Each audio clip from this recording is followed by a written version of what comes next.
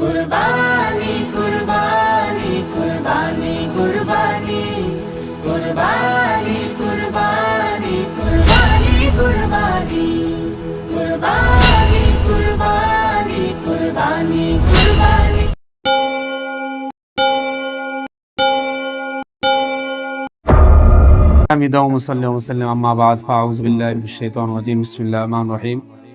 আমরা সামনে যেহেতু কোরবানি দিব, কোরবানির পশু খরিদ করব, এখনই সময়। আমরা পশুর বয়সটা জেনে নিব এবং কোন কোন পশু দ্বারা কোরবানি করা জায়েজ, কোন কোন দুষ্ত্রুটির কারণে কোরবানি করা জায়েজ নাই, আমরা বিস্তারিত শুনব ইনশাআল্লাহ। আমরা জানি যে বকরি, ফাটা, খাসি, বেড়া, দুম্বা, গাভী, ষাঁড়, বলদ, মহিষ, ওট এই প্রকার গৃহপালিত পশু দ্বারা কোরবানি করা যায়। এটা জানার পরে আমরা বয়সটা জেনে নিতে হবে যে বকরি, খাসি, বেড়া এগুলো কমপক্ষে 1 বছর পূর্ণ হতে হবে। এর কমে হলে কোরবানি পশু করা জায়েজ হবে না। দ্বিতীয়তে গরু, মহিষের বয়স কমপক্ষে 2 বছর হতে হবে।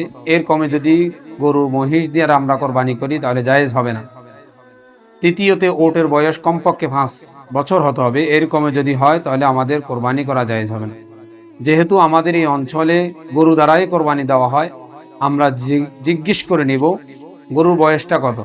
2 বছরের নিচে যদি পশুর বয়স হয় তাহলে ওই পশু দ্বারা কোরবানি করা জায়েজ নেই। বয়সটা জানার পর আমরা বিস্তারিতভাবে জানবো কোন কোন পশু দ্বারা কোরবানি করা জায়েজ।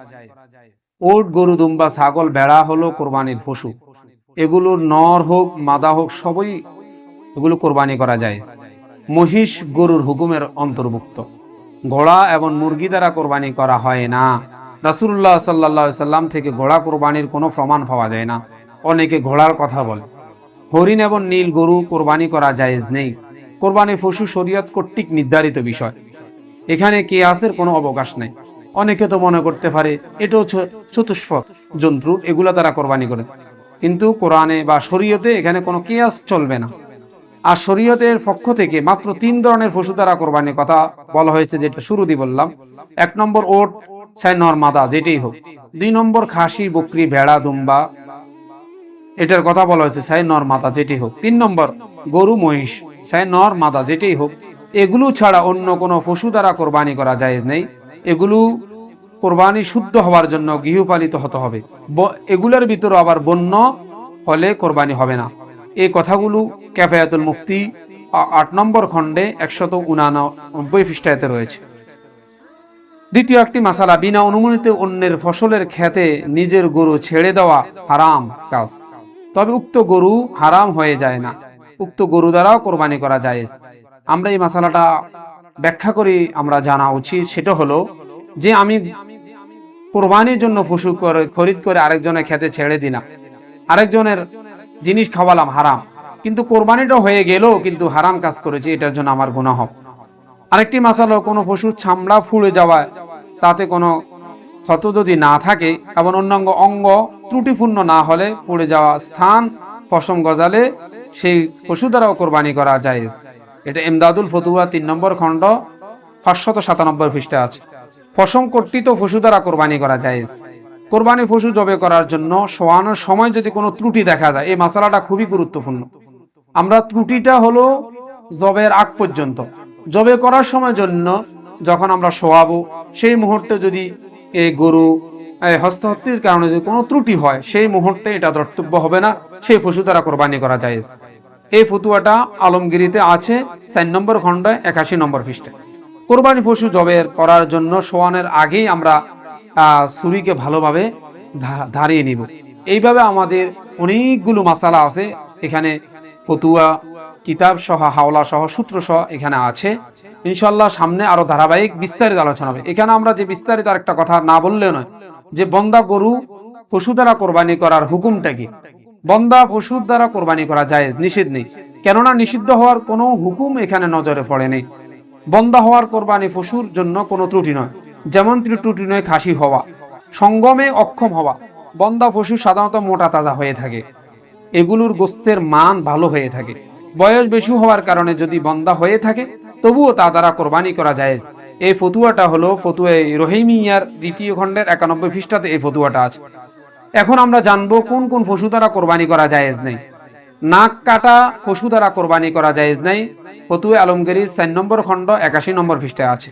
জিহ্বা যদি পেটে যাওয়ার কারণে যে পশু খাদ্য খেতে পারে না, সেই পশু দ্বারাও কোরবানি করা জায়েজ নাই, এটাও ফতুয়া আলমগীরের 4 নম্বর খণ্ডের 80 নম্বর পৃষ্ঠায় রয়েছে। যে বেড়া, দুম্বা, বকরির একটি ওলান দিয়ে দুধ বের হয় না, তবুও কোরবানি জায়েজ নয়, কেননা এটা ফতুয়া শামির 213 নম্বর পৃষ্ঠায় রয়েছে। যে গাভী, মহিষ, উটনির দুধ ওলান দিয়ে দুধ বের হয় না, তবে তারও কোরবানি করা জায়েজ নেই, আলমগীরি 4 নম্বর খণ্ড 80 নম্বর পৃষ্ঠায় রয়েছে। এইভাবে এমনিভাবে ওলান কাটা বা এমন ক্ষতযুক্ত পশু যে নিজ বাচ্চাকে দুধ পান করাতে পারে না, উক্ত পশুর কোরবানি জায়েজ নয়। এমনিভাবে যে পশুর রোগ প্রকাশ্য, তার কোরবানিও শুদ্ধ নয়। উটনি, গাভী, মহিষের একটি ওলান শুকিয়ে গেলে তার কোরবানি জায়েজ নয়।